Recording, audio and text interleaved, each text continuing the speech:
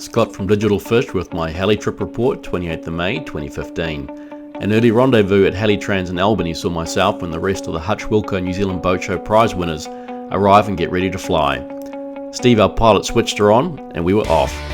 Pointing our nose for Great Barrier, we glided over the north shore and steadily watched the Gulf unfold before our eyes. We could see for miles across the 4,000 square kilometres that makes up the Hauraki Gulf. From the Mokohina Islands to Coromandel, we were treated to an exclusive view not even Google Earth could compete with. Destination Great Barrier emerged before us 30 minutes from takeoff, and Steve guided the chopper to touchdown. We were itching to set up and start throwing baits to the hordes of snapper the barrier is famous for. We sat down and unpacked the gear, surveying the rocky scene around us. Rigging up at ultra-fast speed, it wasn't long before we had baits in the water and were ready for some Great Barrier beasts. 2 salmon burley bombs started to attract all kinds of fish life.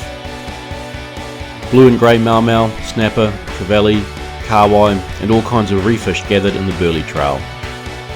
We were fishing into a channel with some good current sweeping through the gap between our ledge and the rocky island about 100 metres away. It looked like a really fishy place. The snapper didn't take long to appear and we were pulling in lots of small fish in the 20 to 30 centimetre range. John and Alan were pulling in the first fish, followed by Simon and Brad, who happened to be celebrating his 40th birthday. And amongst the small fish we were catching bigger eating sized fish as well. The water was clear and I could make out a school of snapper hanging down current, but could also see leatherjackets and other fish going for my bait. Great Barrier has a rugged beauty that every fisherman appreciates. Check out the drone footage to see what I mean.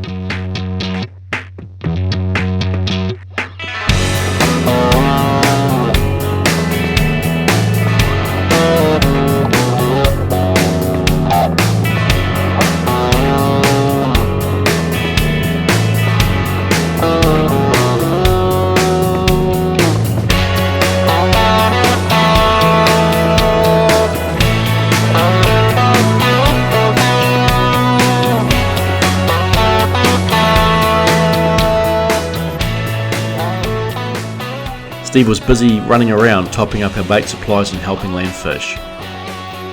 We steadily caught fish all day, hoping for a 20-pounder, but on this occasion they managed to outsmart us. Early in the day I started throwing a stickbait into the current looking for a kingfish. I had the big gear out with me and took a chance on a $200 handmade carpenter stickbait. On my 5th cast I saw a green torpedo engulf the lure and I was on. I had about 10 kilos of drag on the reel and got pulled all over the rocks. It wasn't a huge kingfish, but it was a good eating sized kingfish. And it still gave us plenty of trouble in the end stages of the fight.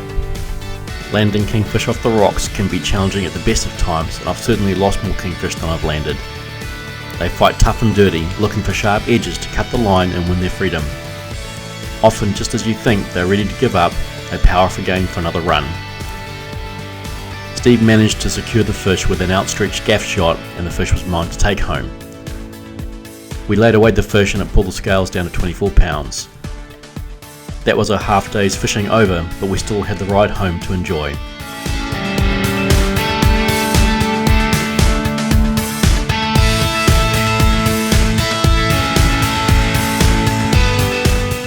The islands looked amazing as we flew not far above them, spotting all kinds of bird activity.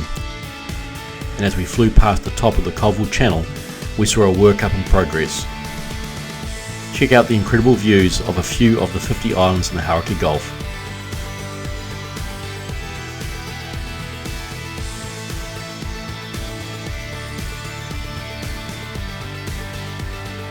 We eventually came into land. A big thanks to Steve and Heli-Trans for putting up the prizes.